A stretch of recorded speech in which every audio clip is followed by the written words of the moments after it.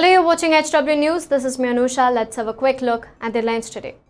The All India Muslim Personal Law Board will be filing a review petition against the Supreme Court verdict on the Ayodhya dispute.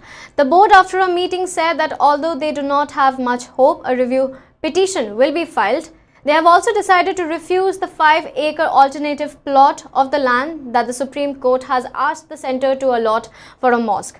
Settling this issue that goes back more than a century old, the Supreme Court, in its verdict in the Babri Masjid Ram Janmabhoomi title case on November 9th, said that the entire 2.77 acres of disputed land should be handed over to the deity Ram Lalla, who was one of the 3 litigants in the case. The 5-judge Constitution bench also directed the centre to allot a 5-acre plot to the Sunni Waqf Board in the Ayodhya to build a mosque.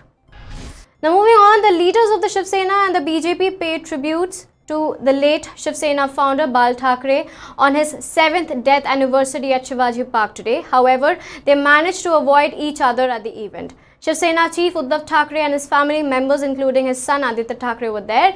The alliance between the Sena and the BJP fell apart despite winning a majority in the last month's Maharashtra election, as the BJP did not hear Sena's demand of sharing the chief minister's post.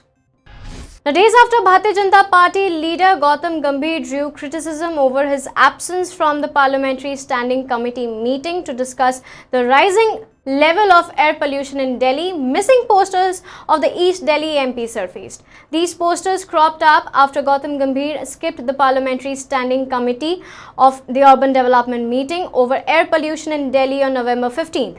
The meeting was ultimately called off as MPs and bureaucrats were absent.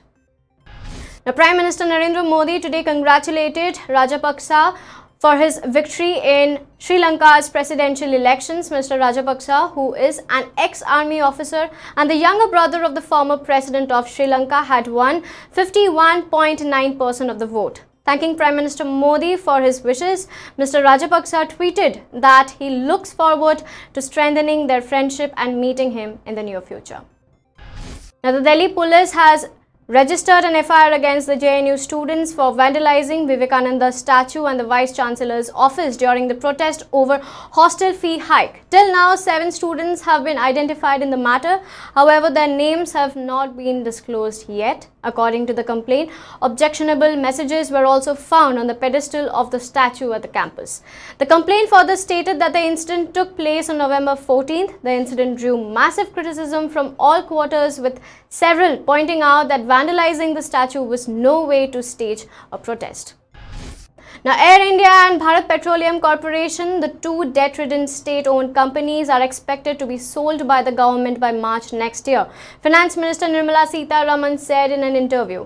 The Finance Minister's statement comes at a time the ailing national carrier is facing financial stress, sitting on a debt pile of around 58,000 crore. Last year, the government had floated the expression of interest for Air India to offload 76% stake and management control in the airline, but did not get a single bidder.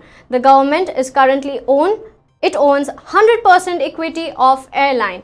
Now, in the case of BPCL, a group of secretaries had also agreed for the sale of the government's entire 53.29% stake in the company in October. And for more news updates, log on to www.hwnews.in.